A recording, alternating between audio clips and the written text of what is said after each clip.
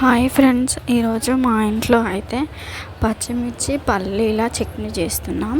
దానికి ముందుగా అయితే పల్లీలు వేపుకోవాలి మంచిగా. ఇలా వేపుకున్న తర్వాత అలానే కొంచెం జీలకర్ర కూడా వేపుకోవాలి. ఇవన్నీ వేపుకున్న తర్వాత నేనైతే ముందుగానే పచ్చిమిర్చి ఆయిల్లో వేపుకున్నా.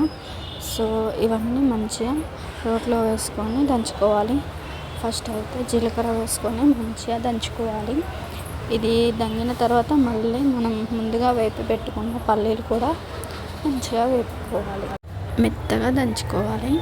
ఈ జీలకర్ర పొడి ఉన్న పల్లీల పొడి మంచిగా మెత్తగా దంచుకొని పక్కన తీసి పెట్టుకోవాలి. ఇలా కొన్ని కొన్ని వేసుకుంటూ మంచిగా దంచుకోవాలి. ఇలా దంచుకున్న తర్వాత మంచిగా పొడి పొడి అయిన తర్వాత తీసి పక్కన పెట్టుకోవాలి. ఇవన్నీ పల్లీలన్నీ దంచిన తర్వాత మనం ముందుగా వేపుకున్న పచ్చిమిర్చి కూడా కొంచెం కొంచెం సాల్ట్ యాడ్ చేసుకుంటూ మంచిగా దంచుకోవాలి. అంతే. ఇలా మంచిగా అన్నీ దంగిన తర్వాత అది ఇది కలుపుకుంటూ మళ్ళీ ఒకసారి దంచుకోవాలి. అంతే, చట్నీ రెడీ. రోటి పచ్చడి చాలా బాగుంది. మీరు కూడా ట్రై చేయండి డెఫినెట్గా. మిక్సీలో పడితే రోటి పచ్చడి టేస్ట్ రాదు. సో అందుకే రోట్లో దంచుకున్నాను.